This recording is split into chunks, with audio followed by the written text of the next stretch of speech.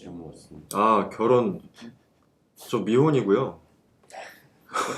결혼 안 하시냐고. 예, 아직 뭐 결혼할 사람이 없는데, 엊그제 기사에 제가 이렇게, 기사였나? 뭐 누가 캡처해서 보냈던데, 제가 결혼을 했다가 뭐 돌아왔다, 이런 식의 어떤 내용이 적어져 있던데, 결혼한 적 한 번도 없어요, 예. 아직 생싱이에요, 생싱. 네, 무슨 얘기 할까요? 아까 질문에 관음증이 있었는데 관음증의 심리? 몰카범의 심리. 몰카범의 심리. 몰카범의 심리. 우리 몰카범이 없어 알 수가 없. 정신과의 서로 얘기하는 거지. 우리 카메라를 찍는 거랑 좀 연관되는 마음이 있지 않을까요? 음. 우리 뷰파인더로 보시는 우리 카메라 좋아하시는 선생님 한번. 근데 카메라로 보는 세상과 눈으로 보는 세상 많이 다른가요? 저도 카메라를 산 지가 얼마 안 돼서. 정말 대장치고 합니다. 관음이라는 게 사실은 이게 엿본다는 행위 자체가 주는 자극적인 게 있죠, 분명히. 그러니까 나는 보고 있는데 상대는 내가 보는 걸 인지하지 못하는 거잖아요. 그러니까 우리가 어렸을 때 장난치는 거랑 좀 비슷한 것 같아요. 어떤 장난을 칠 때 상대가 알게 하지 못하게 하는 장난을 칠 때 쾌감을 느끼는 분 분명히 있거든요.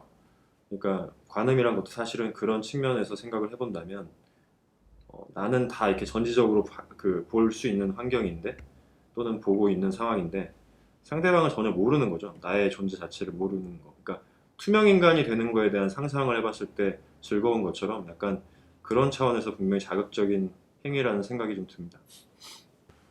근데 이 성도착이라고 하는 게 이 성역과 관련된 성범죄들의 상당한 부분들이 이 권력과 연관이 돼 있습니다. 그러니까 내가 강하다라는 거를 확인받기 위한 과정이라 아까 어떤 분이 쓰셨는데 사실은 여기 통제력, 그다음에 지배하는 욕구 이런 거랑 굉장히 밀접한 연관을 가지고 있고요.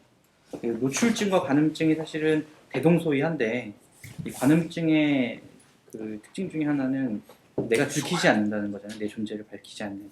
그러니까 안전하게 내가 상대방을 내 마음대로 통제하고 있다는 느낌을 가질 수 있는 경우들이 분명히 있죠. 하엘님, 최근에 헤어짐이 있었던 사람입니다. 상대가 정해놓은 우리의 위계가 너무 싫어서 헤어졌는데요.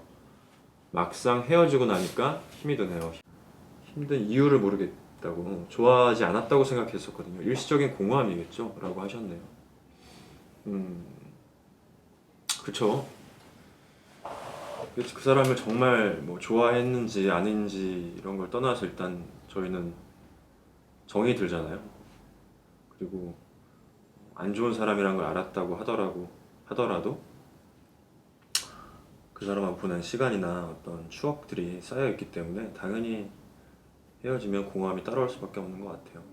정상적인 애도 반응이죠. 재밌는 게 우리가 되게 싫어했던 사람이 죽어도 우리는 우울증에 걸리기가 쉬워요. 그게 이제 고부간의 갈등에서 이제 그런 일들이 종종 있는데 그 상대방을 미워하던 에너지를 갖고 있다가 그 대상이 사라졌을 때 그 미워함의 에너지가 나한테 쏠린다라고 하는 그런 이론들이 있습니다. 그래서 그렇게 우울증이 온다라는 것도 있죠. 그만큼 좋으셨던 정말 좋아했던 사람이기 때문에 그리워하는 게 아니라 지금은 헤어졌기 때문에 그리워하시는 당연한 때인 것 같아요. 지인 남편분이 뚜껑 같은 거 제대로 안 닫아 놓으면서 매번 제대로 닫아 놓으라고 불같이 화를 낸다고 하는데요. 이것도 정신병, 강박의 일종일 수 있나요? 라고 하셨네요. 박진 과장님 한번 설명 한번 해주실래요? 네, 강박이라는 거에 대해서 이야기를 드리면 이제 강박 같은 경우에 이제 그런 어떤 강박적인 생각이 들고 그다음에 그거를 행동을 계속하게 되는 두 가지 조건이 다 있을 때 이제 강박증 진단을 내리게 되는데요.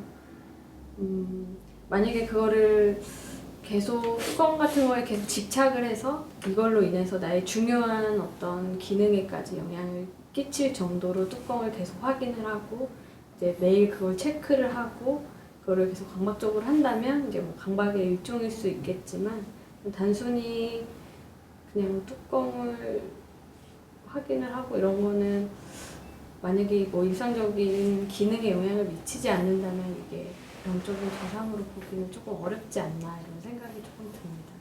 근데 근데 아마 불같이 네. 화를 내면 불같이 좀 이상한 내는 거 거는 아니에요? 이상합니다. 네. 같이 사는 사람한테 이거 뚜껑 안 닫고 불같이 화를 내면. 네. 다른 거에도 불같이 화내시는 게 있을 수 있죠. 제 생각에는 어떤 뚜껑이냐가 제일 중요한 것 같아요. 저 같은 경우에는 신박하네.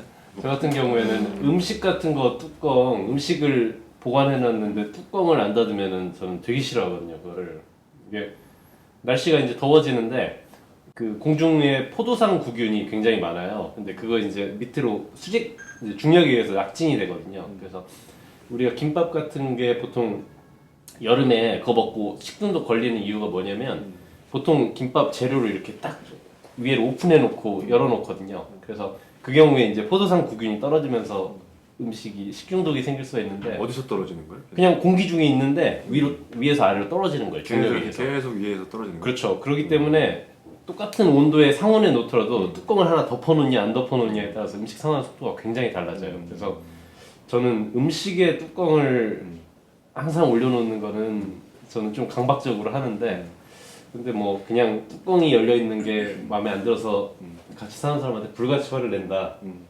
되게 그건 좀 이상해 그렇죠. 보이는데요. 불같이 일단 화를 내면은 부부 관계에 어쨌든 영향을 미치고 있는 거기 때문에 감정이 세상입니다. 변기 뚜껑 안 닫아가지고 이혼하는 사람들도 있잖아요. 그런 음. 사람들은 없나요? 아니 뭐 부부싸움에 언니들이 하죠. 언니들이 하죠. 네. 그것도 뚜껑이네. 저 뚜껑 잘 안 네. 닫아서 싸우고. 아 근데 전 변기 뚜껑도 안 닫는 거 되게 싫어해요. 어, 뭐 이렇게 싫어하는 게 많아요.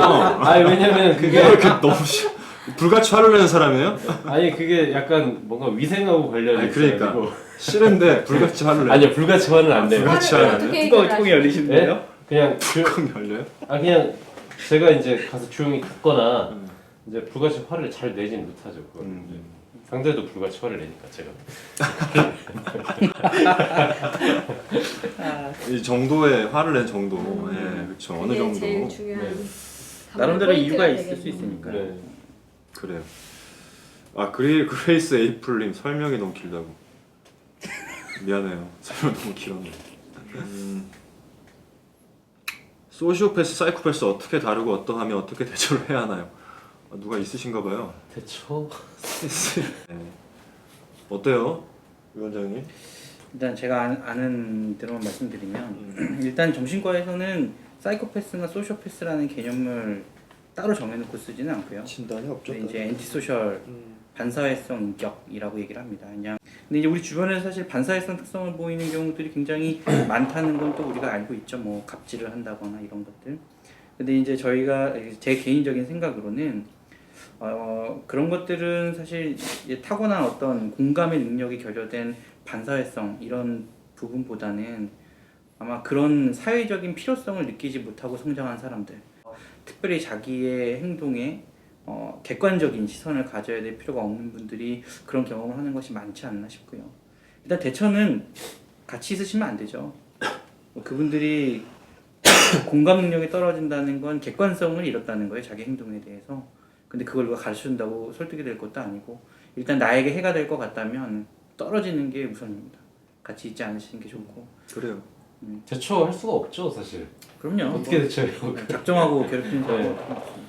어떻게든 피할 수 있는 게 최선이고 피할 수 없다면 어쩌죠? 피할 수 없다면 즐겨. 즐기면 안 되고. 피할 수 없는 관계가 직장에서 있을 수 있을 것 같거든요. 그러니까 내가 회사를 그만둘 수는 없는 그렇죠. 상사 같은 경우가 이제 그럴 수 있어요. 착취적인 사람들이 있을 수 있는데 착취적인 사람들은 굉장히 상대 약점을 잘 공략하거든요. 그러니까 약한 모습을 안 보이시는 게 중요하고 거절을 잘하는 게 되게 중요해요. 그러니까 내가 받아주고 수용해주고 거절하지 않으면 더 많은 것들을 요구하고 더 많은 것들을 착취하려고 하기 때문에 예 그럴 때 강하게 좀 나가실 필요가 있습니다. 거절을 잘하십시오. 영재용 선생님 이상형 궁금합니다. 꼭 답해주세요. 제 이상형 간단하게 한번. 간단하게 해주세요. 아 간단하게 제일 중요한 거 뭐. 외모인가요? 그러니까 이런 거죠. 그러니까 외모는 어느 정도의 이제 제가 각 사람마다 좋아하는 스타일이 있잖아요. 그 스타일이 있으면 어떤 기본적인 어떤 그 조건인 것이고 충족 조건인 것인 것 같고 정말 제가 중요하게 생각하는 거는 상식적인 것 같아요. 상식적인 거. 근데 그 상식이라는 게 이제 사람마다 조금 적정한 어떤 차이가 있을 수는 있겠지만 사회적으로 굉장히 상식적인 게 굉장히 중요하다는 생각을 요즘 더 많이 하고 있습니다. 네, 그러니까 옛날에는 막 배려심 많고 뭐 공감 능력 좋고 예, 뭐 얘기 잘 통하고 개그 코드 맞고 그런 건 물론 중요한 부분이라고 생각은 해요. 근데 정말 중요한 건 상식적인 거라는 생각이 많이 드는 때입니다. 요즘에 그러네요. 네. 비상식적인 사람들을 많이 좀 보다 보니 상처가 좀 있으시죠? 네. 사람을 만나서 진전되는 극도로 싫어지고 그러니까 뭔가 진행이 되면 싫어진다라는 것 같은데 그죠? 네, 친해지면 싫어진다. 친해지면 외로워서 만났는데 같이 있으니까 깝깝하다 이런 느낌 같은데 뭐 연애 또 많이 하셨었잖아요 우리 고 과장님. 네. 그걸 한번 얘기 한번 해주시죠. 네. 현재 연애를 많이 해보진 않았지만 결혼도 잘 하셨고. 저의 뇌피셜로 얘기를 하자면 네. 뭔가 이 사람이 너무 좋아서가 아니라 내가 외롭고 주위에 사람이 필요해서 연애를 시작해서 이럴 가능성이 하나 있다고 생각을 합니다.